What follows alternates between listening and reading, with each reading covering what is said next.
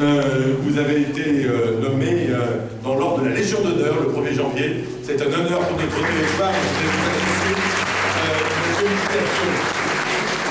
Messieurs les représentants des cultes, mesdames et messieurs, madames et messieurs, les représentants des forces de l'ordre, mesdames et messieurs les proviseurs, les directeurs d'établissements scolaires, mesdames et messieurs les agents territoriaux et fonctionnaires de tout rang et de tous ordres, mesdames et messieurs les représentants des parents d'élèves, les responsables, les bénévoles associatifs aussi, et les bénévoles de la mairie du 2e arrondissement, et pour beaucoup d'entre vous, chers amis, permettez-moi d'abord d'excuser le maire de Lyon, qui doit ménager sa santé et se reposer un peu. Cher David Timmelfeld, vous nous donnerez de ces nouvelles, mais nous vous prions déjà, d'ores et déjà, de lui transmettre nos plus prompts vœux de bon rétablissement. 2015 a été une année particulière, difficile, douloureuse, attentats, entrée en guerre, état d'urgence, nombreuses victimes, terrorisme, barbarie. Les événements et les mots pour les commenter ont malheureusement semé derrière eux la mort, la tristesse, la peur, et parfois même l'amalgame, voire la haine, comme on l'a vu encore en Corse il y a quelques jours. Et pour autant, les Français, dans l'adversité, face à l'adversité, n'ont pas perdu l'espérance. Et si les événements tragiques que nous avons vécus ensemble ont laissé des traces indélébiles dans les corps, dans les cœurs, ils ont aussi fait apparaître au grand jour des élans de compassion, de solidarité et des moments patriotiques exceptionnels. Face à l'horreur, face à la terreur, les Français, et parmi eux les Lyonnais, ont massivement manifesté leur unité et leur attachement aux valeurs de notre République. C'est une source d'espérance pour nous. Et c'est cette espérance que nous devons porter en étendard pendant toute l'année 2016. L'espérance anime le courage, la crainte enchaîne l'activité, disait il y a déjà près de 200 ans Maria Edgeworth. Alors, n'ayons pas peur, car nous allons devoir agir en 2016. Mais agir en profondeur, pour redonner foi en notre pays et à la politique. Il n'est plus possible aujourd'hui de se contenter de signes, de se contenter de symboles. La déchéance de la nationalité n'est par exemple qu'une infime réponse à la lutte contre le terrorisme. Un faux débat qui, comme souvent, occulte les vraies questions. Que va faire la France en matière de politique étrangère? En matière de construction européenne, de sécurité nationale, d'emploi, d'éducation, pour limiter les marges de manœuvre des terroristes et enrayer la radicalisation des esprits. Voilà ce à quoi il faut vraiment réfléchir si l'on veut avancer.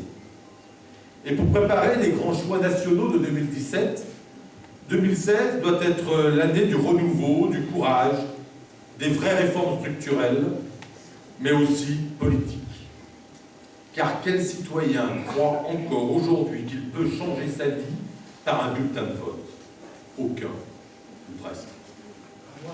Il faut revoir de fond en comble les logiciels politiques, les logiciels économiques, pour faire renaître la confiance des Français en l'acte politique.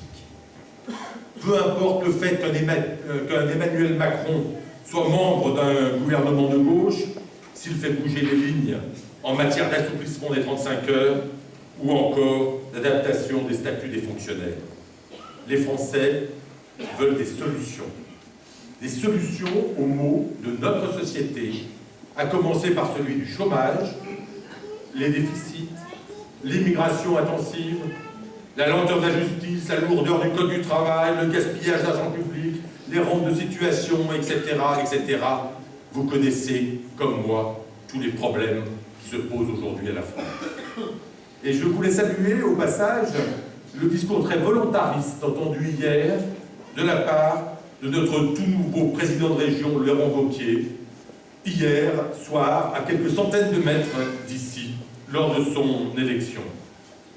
Le projet est clair, la priorisation des actions aussi, les réformes, la baisse des indemnités des élus, les économies de gestion. Nous avons entendu hier soir un discours fort, porteur de ce changement tant attendu. L'abstention aux élections, la montée du vote blanc, la montée du vote Front National aussi, et l'émergence d'initiatives citoyennes comme nous citoyens, la primaire.org, la démarche de mon ami Jean-Christophe Fromentin, tous ces signes, toutes ces personnes qui cherchent à émerger hors du champ des partis traditionnels, voilà autant de signes que ces partis n'apparaissent plus, aujourd'hui, n'apparaissent plus en l'état porteurs de l'expression de notre démocratie. Ils doivent revoir leur matrice.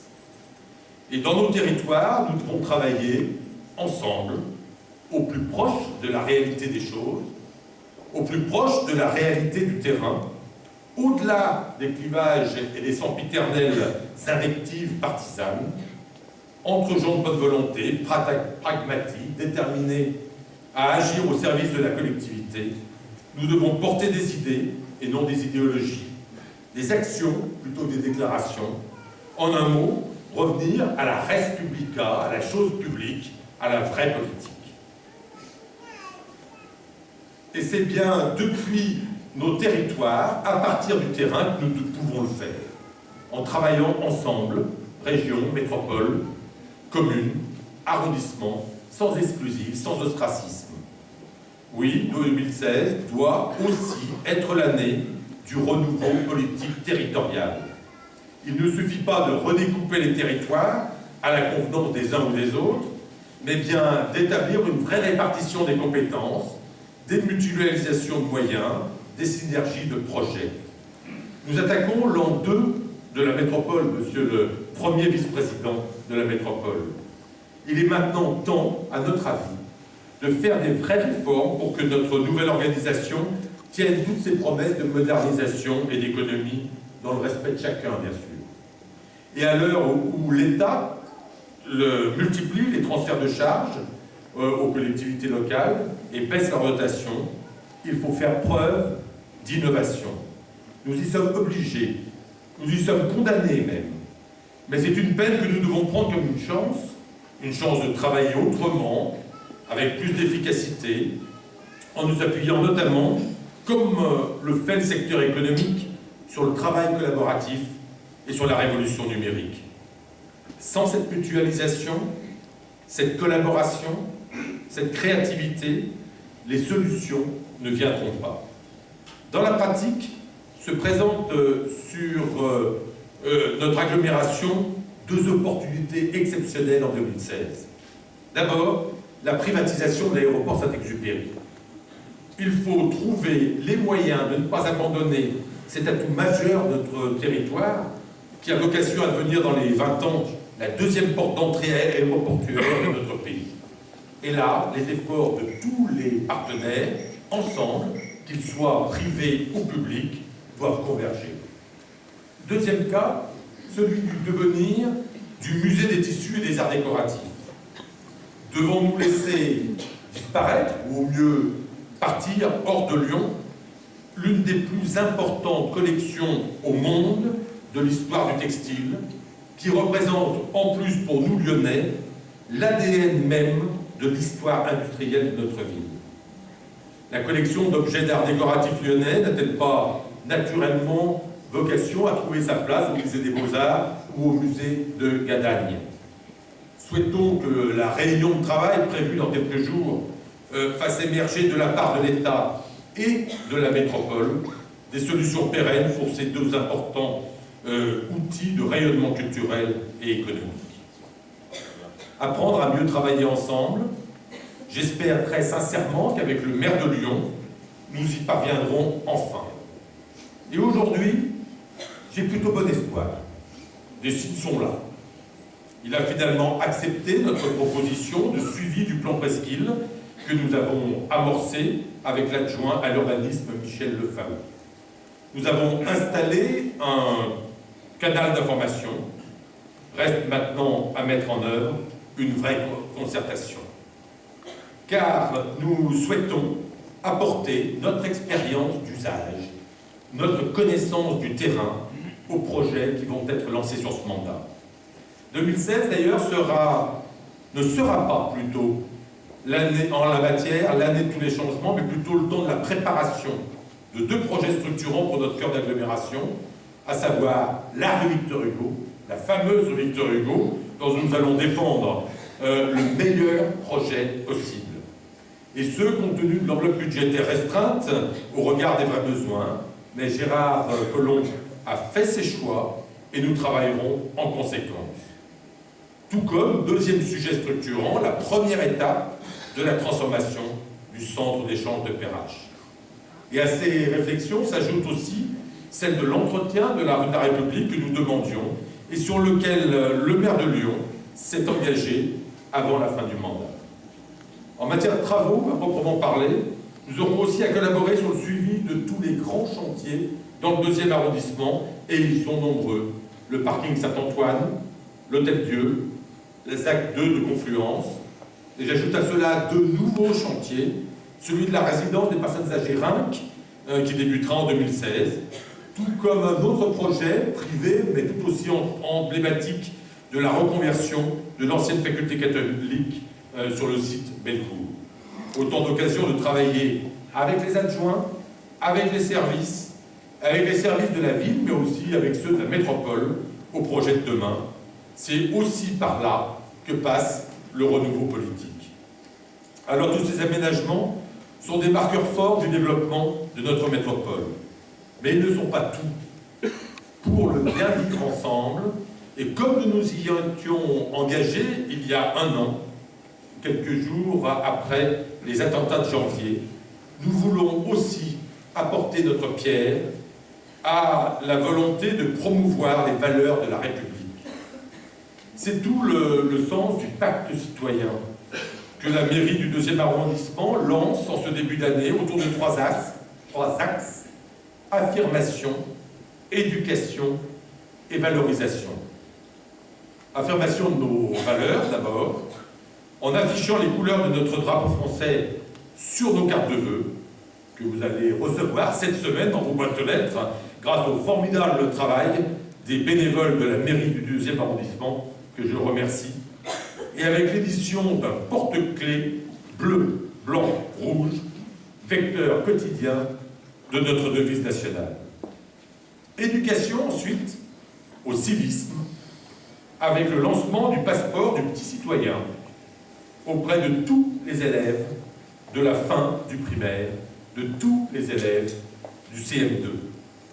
Valorisation, enfin, tout au long de l'année, de toutes les initiatives individuelles, collectives, associatives, lorsqu'elles seront positives, lorsqu'elles seront utiles au vivre ensemble, elles pourront compter sur notre soutien.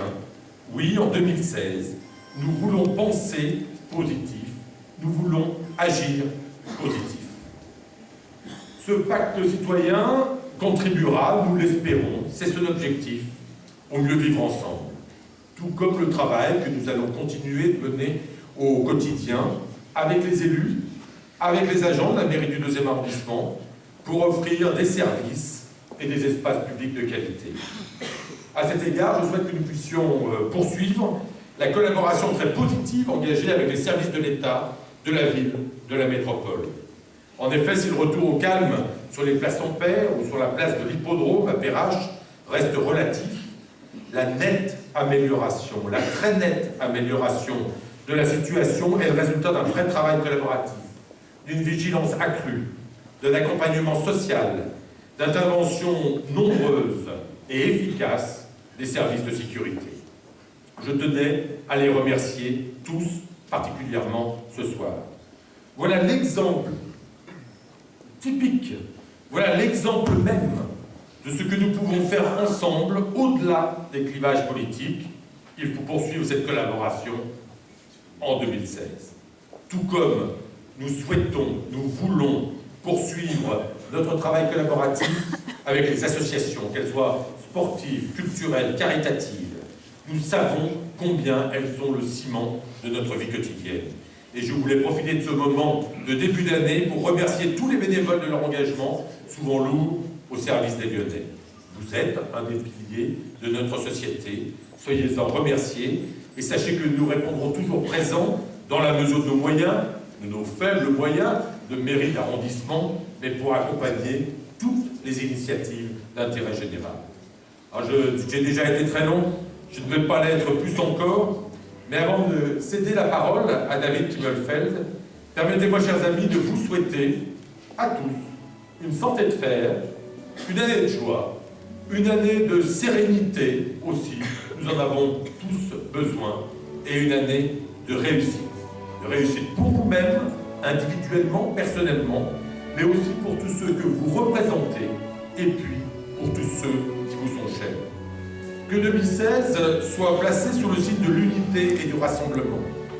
Que cette unité soit le moteur de notre engagement et de nos actions au service des autres, de notre ville, de nos quartiers, de notre communauté nationale aussi.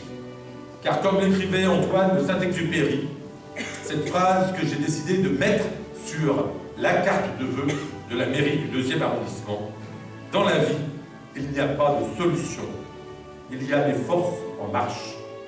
Il faut les créer et les solutions suivent. Alors soyons tous ensemble, ces forces en marche, pour que les solutions suivent. Très belle année à tous.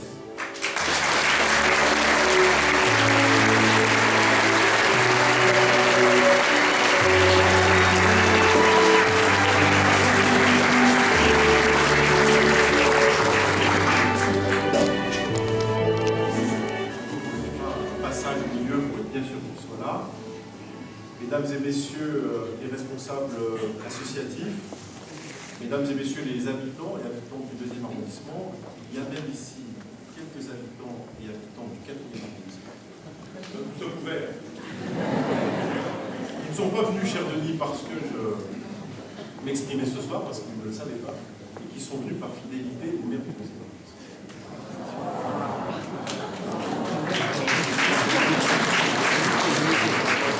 Mais je ne désespère pas de les ramener avec moi tout à l'heure. D'abord, merci pour ton accueil. Merci aussi pour les mots qui, je crois, iront droit au cœur du sénateur maire Gérard Collomb. Vous m'avez demandé des nouvelles du maire, je vais vous en donner. Je vais vous en donner, bien sûr, comme son représentant ici ce soir, mais aussi comme un ancien infirmier, puisque je l'ai été dans un passé assez lointain. Je ne confierai pas les soins, en tout cas, je l'ai aidé.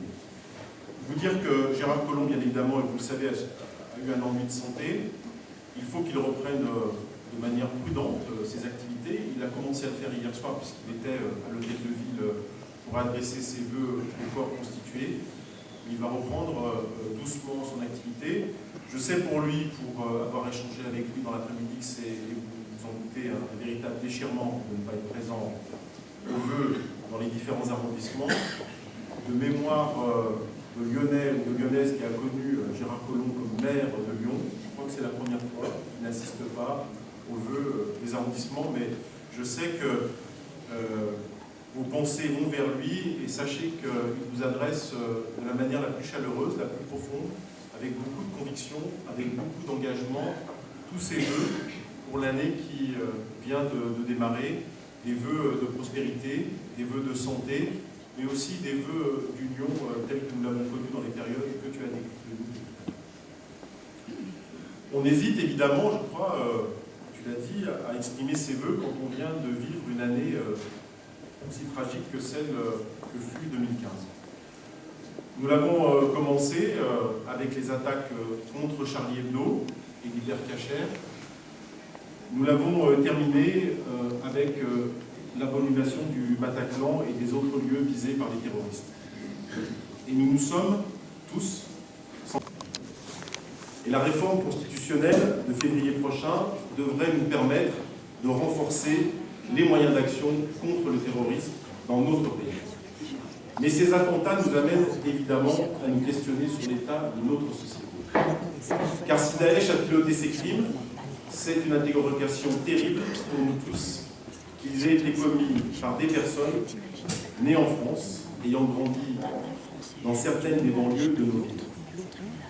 Et nous voyons bien les maux dont souffre notre pays.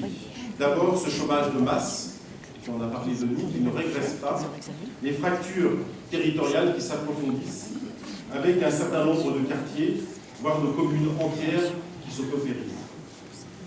C'est cette volonté de lutte contre ce double fléau qui a toujours guidé notre action à Lyon et dans notre métropole. Je reviendrai tout à l'heure peut-être au cours de mon intervention sur quelques questions que tu as posées sur le musée du tissu, sur les relations entre les mairies d'arrondissement et sur un certain nombre d'autres sujets pour préciser les choses.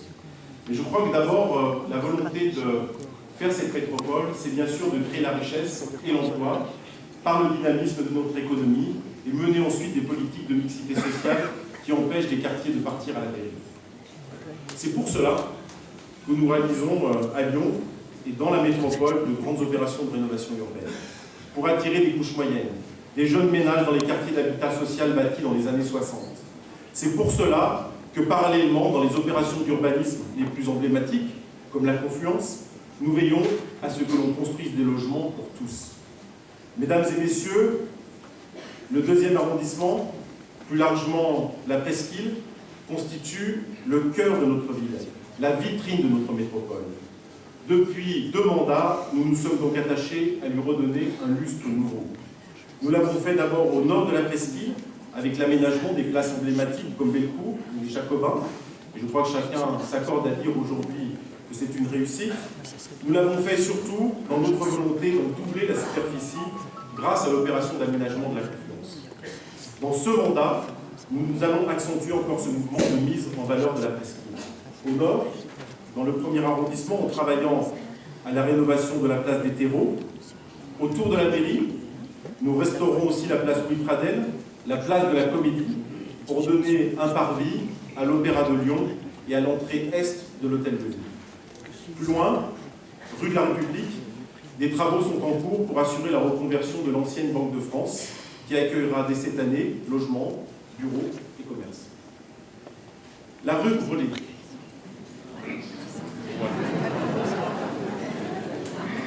Je sais que nous avons toujours un succès avec ce thème, puisque je suis venu accompagner le maire de Lyon souvent dans ces deuxièmes arrondissements, et je sais que l'évocation de la rue Grelais crée toujours un succès, et vous en avez bien raison. La rue Grelais, qui a fait couler pendant, bouge. De nouveaux commerces arrivent, Emma, SoFood, viennent d'ouvrir leurs portes, et d'autres s'installeront dès cette année, Arbre de Café, du pareil au même, Uniqlo.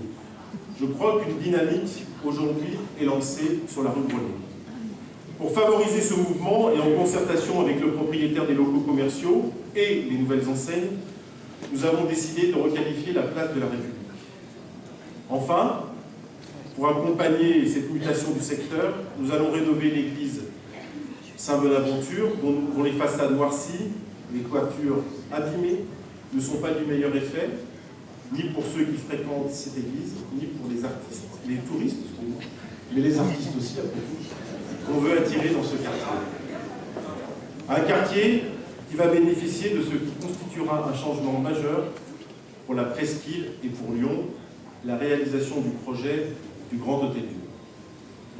Mesdames et messieurs, ce chantier sera dans les prochaines années d'une très grande envergure. Au total, ce seront près de 1200 personnes qui travailleront. 40 000 m² de façade seront mises en valeur, 15 000 m² de toitures restaurées, 1400 fenêtres restaurées ou remplacées. Il comprendra, vous le savez, un grand hôtel international, un certain nombre de locaux tertiaires, quelques logements, de nombreux commerces et restaurants, et bien sûr la cité internationale de la gastronomie. Lyon, capitale de la gastronomie, aura désormais une adresse, le Grand Hôtel Dieu. Cette cité permettra de mettre en valeur nos produits, nos chefs, notre art de la table. Pour faire écho à la tradition médicale de l'ancien hôpital, la cité de la gastronomie sera centrée sur la thématique de la nutrition et de la santé. Le Grand Hôtel Dieu va devenir ainsi le grand site de référence du tourisme à Lyon. Quant aux Lyonnais, ils pourront bénéficier de la diversité de ses boutiques, de la beauté, de l'intimité et du silence de ses cours intérieures, repensées à l'aune d'une thématique historique à Lyon, celle de l'arboristerie. Évidemment, toutes les rues et places environnantes seront elles aussi réhabilitées. Et le beau bâtiment de Soufflot retrouvera, sur le bord du Rhône, son élégance et sa prestance. Et cet hôtel-Dieu redeviendra un lieu de vie avec des cours rendus aux Lyonnaises et aux Lyonnais. De l'autre côté de ce secteur de la presqu'île, au bord de la Saône, un autre projet emblématique prend forme avec la création du nouveau parking Saint-Antoine. Une fois réalisé, les terrasses de la presqu'île, vaste îlot de verdure de 8000 m², permettront aux Lyonnais d'être à nouveau au plus près de notre rivière. La reconversion de l'ancien site de l'Université catholique d'Asbelcourt, tu en parlais Denis, contribuera aussi à l'embellissement de notre patrimoine avec un programme mixte de logement, une résidence intergénérationnelle, des locaux d'activité et des commerces. Enfin, les deux grandes voiries piétonnes de la presqu'île, la rue de la République et la rue Victor Hugo, feront l'objet d'une remise à niveau avec, pour cette dernière, un nouveau revêtement des sols, un nouveau mobilier urbain, un nouvel éclairage et la mise en valeur des façades. Et comme tu l'as indiqué, en association avec les réflexions qui sont portées par la mairie d'arrondissement, par le maire d'arrondissement et par les élus qui constituent cette mairie du 2e arrondissement. Bien évidemment aussi, mais tu l'as rappelé, ceci a valeur pour l'ensemble de nos arrondissements et pour l'ensemble de nos projets sur tous les arrondissements, dans une contrainte économique, mais qu'il faut le dire, et tu l'as dit aussi dans ton discours, à un côté aussi salvateur, parce que ça nous oblige à être un peu plus inventifs, un peu plus rigoureux, et avoir des réalisations qui sont d'autant de meilleure qualité, nous en serons d'autant plus fiers, je crois, ensemble. Comme je viens de le dire, notre projet de toujours était que cette presqu'île se prolonge du bas des pentes, j'ai évoqué la place des terreaux, jusqu'à la confluence. Pour cela, il est un obstacle de taille, le pôle d'échange multimodal qui l'a coupé en deux. Nous allons lancer dans ce mandat des travaux pour ouvrir ce centre d'échange et redonner des perspectives sur Château-Perrache d'un côté, Carnot de l'autre. La gare sera, elle aussi, repensée avec un aménagement qui en facilitera l'accès à partir de la place des Archives. Quant au tramway T2, il sera étendu jusqu'au cours Suchet. La réalisation du projet Confluence a pour sa part beaucoup avancé depuis son lancement en 2002. La première phase est en cours d'achèvement. Elle va d'ailleurs trouver quelques prolongements au nord, par la reconversion de l'ancien dépôt du Citral sur l'îlot du Gard-Montbel, avec un projet qui comprendra 154 logements, 800 m² de commerce, 300 m² de bureaux, et côté Rhône, par la reconversion de la caserne Suchet et de la résidence Ring, qui sera construite dans un projet immobilier accueillant aussi les locaux du CCAS. Quant à la phase 2, elle a déjà commencé sur les anciens terrains du marché-gare, de Sainte-Blandine, et la partie la plus au sud, en proximité du musée.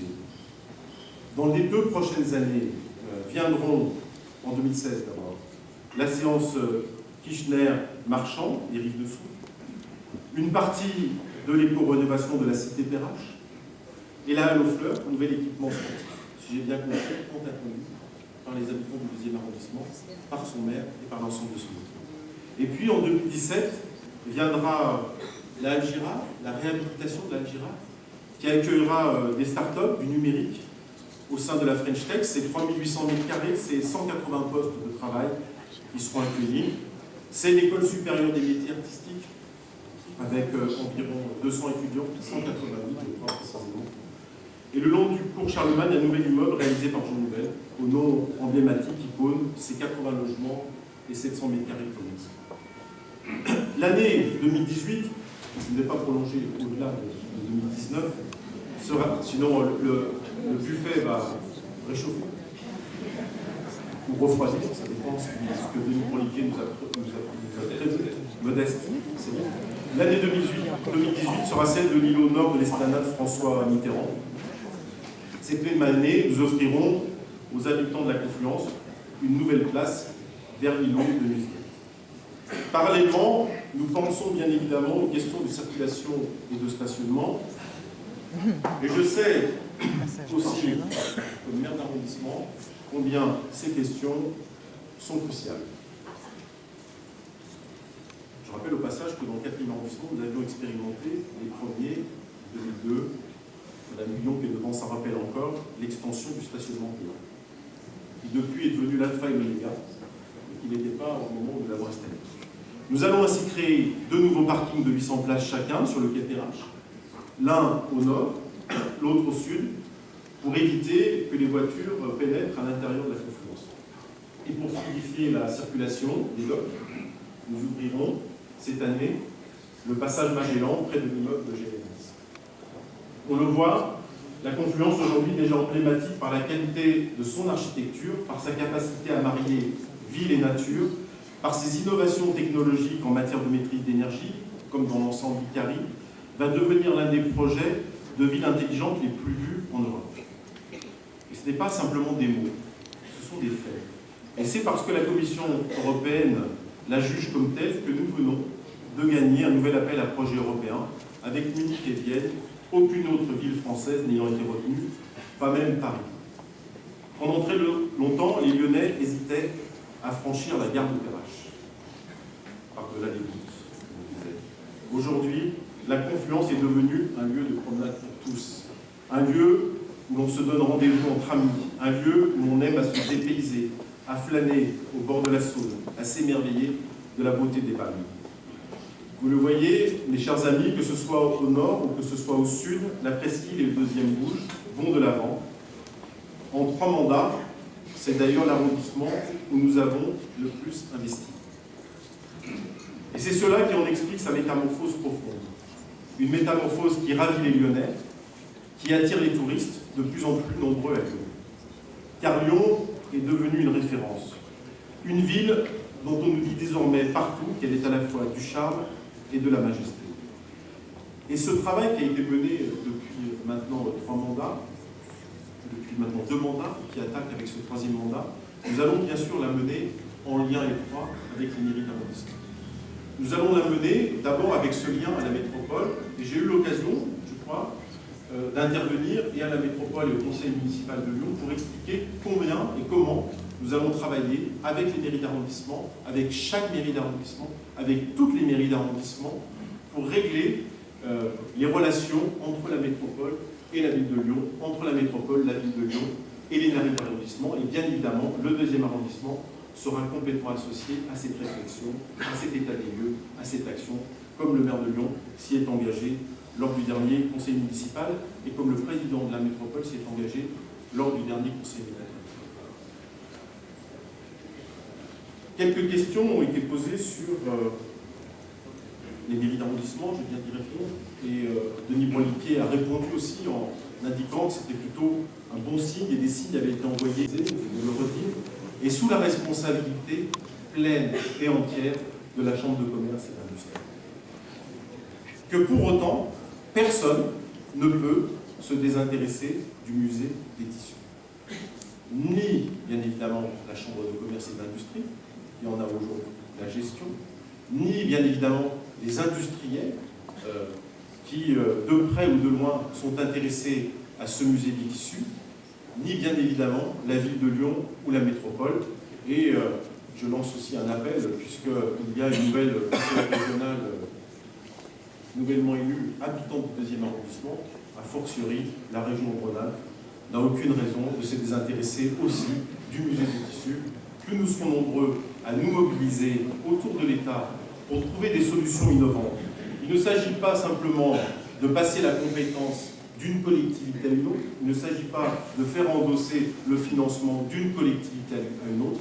Il faut, je crois, ensemble développer un véritable projet pour ce musée des tissus, un véritable projet de développement, un véritable projet qui trouve aussi son équilibre économique, parce qu'il s'agit aussi, dans les contraintes financières dans lesquelles nous sommes, d'envisager la situation de ce musée des tissus à travers ses difficultés économiques et ses contraintes. Et bien évidemment, chacun prendra part à sa réflexion, chacun prendra part à l'action, et j'espère, tout comme Denis Broliquier, que la réunion initiée par le préfet la semaine prochaine dressera un certain nombre de pistes. J'en appelle aussi, et je le ferai comme premier vice-président de la métropole en charge de l'économie, aux industriels, qu'ils soient adhérents du pôle de compétitivité Tectera, qu'ils soient adhérents du syndicat Unitex, pour qu'ils se mobilisent aussi avec nous, parce que ce musée des tissus est aussi et avant tout leur affaire, c'est leur histoire, c'est leur patrimoine, c'est bien évidemment le patrimoine des Lyonnaises et des Lyonnais, mais c'est aussi un patrimoine industriel extrêmement important à préserver. Voilà ce que je souhaitais vous dire sur le musée des tissus, puisque vous aviez eu la gentillesse de l'évoquer, et je crois que vous aviez raison de l'évoquer. Je voudrais, avant de conclure, vous adresser, bien sûr, encore une fois, je l'ai fait au nom de Gérard Collomb, je le referai. Je le ferai aussi comme voisin, chef d'entreprise, puisque j'ai la chance d'avoir mon entreprise ici à quelques encablures, Cours-Suchet. Et je mesure, parce que je suis là depuis de nombreuses années, avant même l'arrivée du tramway sur le cours Charlemagne, où mes bureaux étaient encore sur le cours Charlemagne, où j'ai eu la joie, comme l'ensemble des commerçants du cours Charlemagne, de vivre les travaux du tramway. Mais je sais que la douleur que nous avons eue au moment des travaux du tramway est aujourd'hui pleinement récompensée par la modification fantastique de cet arrondissement, par la modification fantastique de la Confluence. Et comme notre entreprise aimait beaucoup souffrir, après avoir vécu pour Charlemagne les travaux du tramway, nous avons déménagé Cours-Suchet face aux anciennes prisons pour vivre les travaux des anciennes prisons. Et nous avons mesuré aussi combien, après les travaux sur les anciennes prisons, la qualité de ce projet avait amené une vie nouvelle, un nouveau quartier, un nouveau morceau de ville sur ce morceau de quartier, sur ce quartier de la Confluence. Voilà, je vous souhaite encore une fois à toutes et à tous tous mes vœux, tous les vœux de la part du sénateur maire Gérard Collomb. J'ai toujours l'habitude, mesdames et messieurs, vous ne m'en voudrez pas, et les habitants du 4e arrondissement qui sont là, où les vœux auront lieu seulement le 14 janvier, à 19h, pour ceux qui sont qui font un peu la série des vœux, Je souhaite toujours, et la période que nous venons de vivre l'impose encore plus, beaucoup de tendresse à tout et à chacun. Parce que quoi de plus réconfortant dans ces moments de tension, dans ces moments quelquefois malheureux, que de se serrer dans les bras les uns des autres. Ce n'est pas ce que je vous demande tout de suite, même si vous souhaitez le faire, vous étiez, mais en tout cas, beaucoup de tendresse pour cette année 2016, je vous remercie.